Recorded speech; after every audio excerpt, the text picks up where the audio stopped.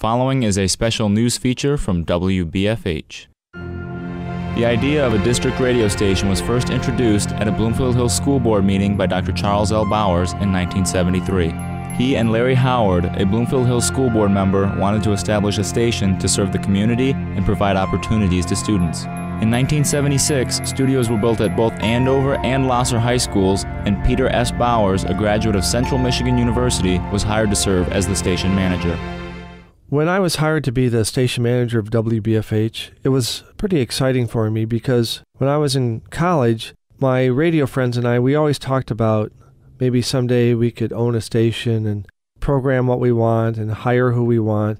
And basically at the age of 23, I was literally given this radio station and I was able to do just that, program what I want, put whatever students I wanted on the air. It really was a true dream job for me. The first day on the air was October 1st, 1976, broadcasting at 88.1 megahertz with just 10 watts of power.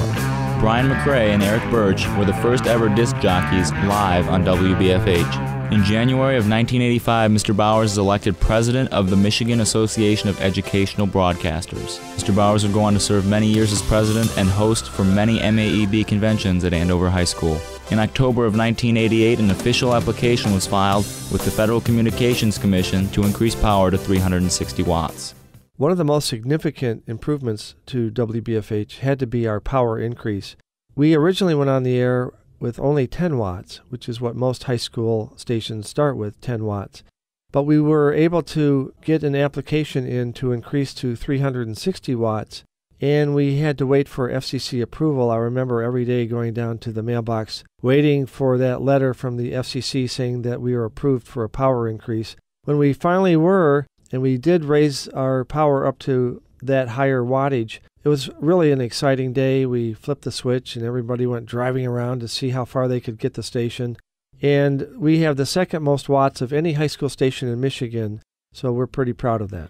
WBFH began unattended operations broadcasting with the Digilink computer system in 1995. WBFH, Metro Detroit's most powerful high school radio station, is the first high school station in Michigan to broadcast every day of the year, including 24 hours a day on weekends, school breaks, and summer vacation.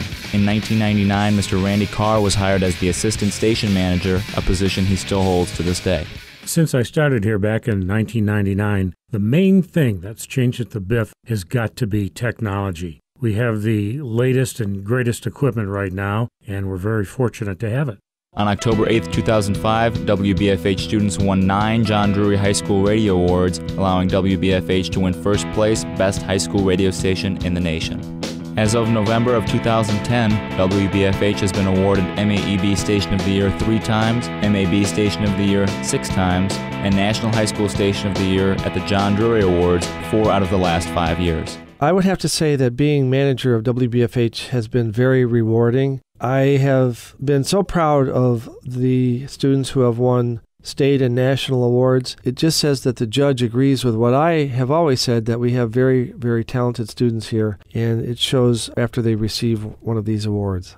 Pete Bowers, Randy Carr, and WBFH have established a lasting legacy of broadcasting excellence at the local, state, and national levels by serving the Bloomfield Hills community. We at WBFH would like to thank you, the listeners, for your continued support of Bloomfield Community Radio.